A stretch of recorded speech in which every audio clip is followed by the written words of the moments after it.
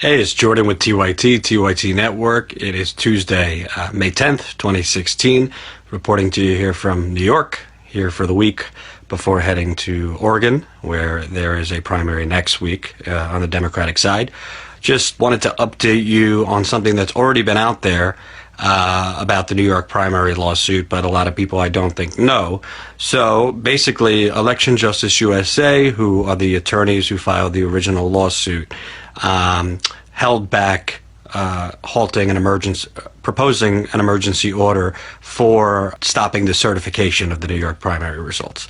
Instead of trying to stop the certification, they got assurances from the New York City Board of Elections that they are actually going far back into all the people who filed or voted with affidavit ballots. They're going back into their entire voting history. You're talking decades, to see where they lived, to see what parties they were registered in, to decide whether to accept those affidavit ballots. Now, that you have exactly 20 days. Right now it's less than 20 days, so about 18 or 19 days to find out if your affidavit ballot was counted or not counted. You're supposed to get a letter in the mail from the New York Board of Elections, but as the lawyers told me in a previous interview, you don't count on the New York City Board of Election getting you the information before the 20 days are up. So if you're someone in New York City who voted with affidavit ballot, who wants to know if your ballot was counted, it's up to you to go down to your local Board of Election, whether that's in Brooklyn, Manhattan, Queens, Staten Island, and so on, all the boroughs of New York City, and find out. Now, if you're told that your affidavit ballot was not counted, you actually can go in front of a judge and contest that. That is based on New York State law 16-106 allows you to contest if you're told that your affidavit ballot didn't count. It obviously is a little time sensitive and a little arduous that you would have to go down to the Board of Elections first to find out if your affidavit ballot was counted, and then if it's not counted, go in front of a judge. But you do have the option to do that. It's a little bit going through hoops, but it's an option. So you have around 18 or 19 days to do that if you voted by affidavit ballot and were told and are told it doesn't count. You're supposed to be told by the Board of Elections if you go down there either that day or by the next day. Now, several people are asking me, why did Election Justice USA halt their plan to propose an order to stop the certification of the results? Because this action that is where the New York Board of Election is digging back into the history of people's votes and possibly counting certain affidavit ballots, even after certification, the results can change with these affidavit ballots that are counted going into the end result. So certification originally was thought once it's certified, that's it. Apparently, there's been 3 other times that after certification, the final result tally was actually changed. So it's not known how many affidavit ballots exactly were cast in New York City. Some have said some reports say 90,000, some reports say over 100,000 affidavit ballots. But what we do know, apparently the New York City Board of Election, due to a lot of pressure from audiences like you, a lot of reports out in digital media based off my original reporting, felt the pressure to actually go back, dig back into people's voter registration, where they've lived, to make a decision whether those affidavit ballots should count. Now, for those thinking, well, why should you trust the New York City Board of Election to actually do this diligently and in a transparent way? You shouldn't. You shouldn't trust them. So what you should do, if you feel that, if you voted by affidavit ballot in New York City and you want to know if your affidavit ballot got counted, head down there before work, head down there after work, in your lunch break if you could swing it. Put the pressure on them. That's the only way that they're not going to be able to sweep it under the rug. So you need to go down, you need to go in front of the clerk or whomever, say you want to know if your affidavit ballot was counted, and if they tell you no, then you need to cite New York election law 16-106 that allows you to contest it in front of a judge. Now, if you're a Democrat who has been a Democrat and was incorrectly purged, off the list if you voted in the last primary or general election as a Democrat, you definitely have a case because you shouldn't have been purged off the list. Also, make sure to note if you didn't receive any notice that you were taken off the list. By New York election law, you're supposed to actually be notified that you've been purged off the voter rolls. Most voters were not. New York City Board of Elections says they sent a letter, but if I live in apartment 24B, and the notice was only sent to the apartment building, but not my actual apartment number, I probably wouldn't have got that notice. So there's things you could do. I'm not going to make false promises that all the affidavit ballots are going to be counted. Not 3/4 of them will be counted. Half of them will be counted. Who knows? At this point, there's a huge machine that's been up against the Election Justice USA. There's a huge machine up against me. There's a huge machine up against you. It is not in the Democratic establishment or the Democratic machine of New York's interest to get as many affidavit ballots counted as possible. But you do have, in the next a little over 2 weeks, the opportunity to go down, find out if your affidavit ballot was counted, and contest it. So it's up to you guys to do that. Now, there's also been some funny business going on in California where people are being purged off the rolls. I'll be doing more reporting on that. California is a pivotal state. Let's say Bernie Sanders wins West Virginia today. Let's say he wins Kentucky. Let's say he wins Oregon. Let's say he competes in New Jersey, maybe not win it, but doesn't lose it that big. And he goes into California, closing the delegate gap. And California has the most delegates of any state in the country. And you're seeing a lot of people be purged there too. That's going to be a big issue. So Election Justice is sending a unit of people down to California. I'll be doing some reporting on the California issue. This coming weekend on Sunday, I head to Oregon. There's going to be the primary in Oregon for the Democratic side on Tuesday. So I'll be doing some reporting there. Also, keep watching youtube.com/TYTpolitics.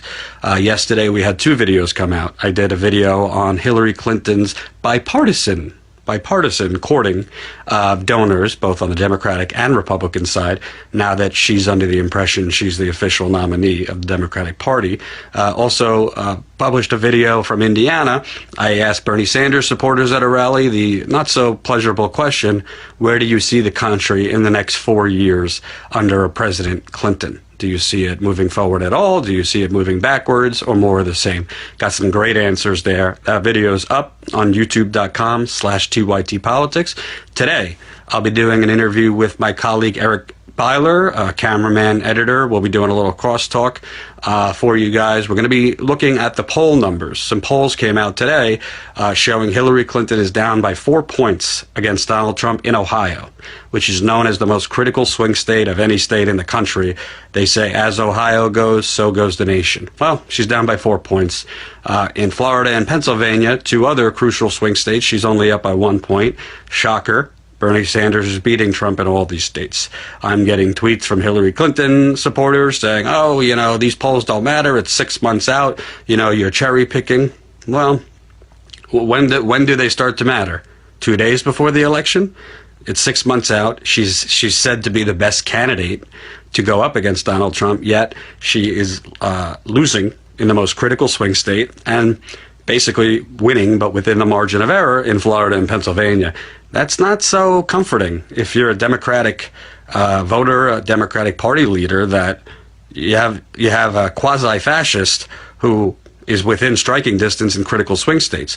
And Eric and I will be going through those poll numbers and, giving you a little analysis because, yes, Donald Trump, the attention has been on the fascism, the hateful comments, and he deserves it. But let's not forget, there's a lot of economic insecurity in this country. There's a lot of people's wages that have not gone up despite, 5% unemployment and artificial numbers. So if you look at a businessman, a successful businessman on stage against Hillary Clinton, who is going to definitely tone down his rhetoric and possibly even apologize for some things he said, that's an appealing thing to a lot of independent voters, a lot of conservative Democrats, known as the Reagan Democrats.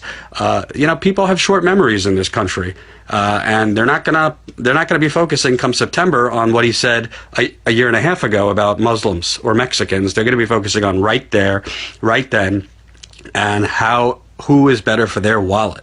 So I think a lot of these establishment Democrats who are, poo-pooing these poll numbers and also dismissing the fact that Bernie has done better in every single poll. When it's just him versus Trump, he's doing better against Trump than Hillary Clinton is. The media is just kind of putting that in as a footnote at the end of their segments, but that's kind of a big deal. And it even 6 months out, it's relevant. You want to see your candidate, if she's the best candidate against it, you want to see her beating him in Ohio and Florida and Pennsylvania by at least 5 or more points outside the margin of error. She's not. So that's a critical thing. There's also a video coming out today. Same thing I did to Bernie supporters, asking them where they see the country in 4 years under a potential President Clinton. Where do you see the country under a potential President Trump? I asked them that as well. All week we're going to have some good stuff coming out. My colleague Eric Byler has also been reporting on the North Carolina bathroom bill, the controversial bill that tries to outlaw transgender individuals from which bathrooms they could go in, making them go into the bathroom of the gender they were born as.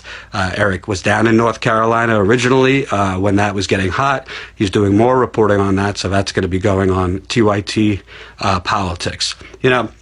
And I also see, I just want to keep it real for a second. I've gotten a lot of tweets, a lot of Facebook comments from concerned TYT fans that TYT is doing this weekly show on Fusion TV network later in the year. I believe it starts in September. And they're freaked out that TYT is selling out and they want to unsubscribe and all these things. First of all, I'm not even close to the CEO of TYT. I just found out about the Fusion thing yesterday. But I got news for you, okay? Just think about it logically. Cenk Uygur is the CEO of this company. He's my boss. He's got a lot of passion. He got offered a lot of money, huge amount of money from MSNBC, okay? He turned it down because he knew he couldn't stay independent. He knew that he would basically be made to become a corporate stooge. And he turned it down and kept on going at the Young Turks the same way they've always been. Independent, fierce, and aggressive against corporate media, the establishment media, and establishment politicians. Fusion did not acquire the Young Turks. This is a partnership we're doing with Fusion. And there's really no reason to believe that we're selling out or going to be toning it down. Might we not be able to curse on television? Yeah, that's possible because normally you're not allowed to curse on cable television. But I kind of see it as an opportunity. We want to get our show in front of as many eyeballs as possible. So this whole thing that TYT is sold out and we're, just going to become another corporate outlet, that's totally bunk. And anyone pushing that is either paranoid or kind of overanalyzing. We were not acquired by Fusion. It's a once-a-week show in September for the rest of the election, so that's about 2 months. And we'll see where it goes from there. If you have a problem with TYT getting in front of more eyeballs, especially young eyeballs, let's not forget, this series that we're doing is going to be on college campuses. John and Anna are going to be hosting panels on college campuses. This is the audience we want. If we're here to kind of fight the corporate establishment, if we're here to kind of deliver the news to young people who are the future of this country, who are a huge foundation of Bernie Sanders' movement, why would you not want us in front of those people? We're not doing a show, we're not going to be doing a show in a studio. We're not going to be doing a show in front of, Comcast executives. So I think everybody worrying about that, do what you want, but I think everybody's freaking out, and there's no reason to think that this is a sellout move or anything like this. This is about expansion. So I joined TYT because I've already been in cable news. I've already seen what the corporate media is like, and I've already had many people try to kind of mold me into what they wanted to silence my creativity, wanted to silence my aggressiveness. TYT has never done that, and I don't see that happening. So I think everybody needs to relax and just continue watching and supporting TYT and the candidate of your choice. That's that for now. Again, youtube.com/TYT Politics. And if you have any questions about the New York election lawsuit and what you could do, feel free to tweet me. I try to get back to as many people as possible. Have a good day, guys.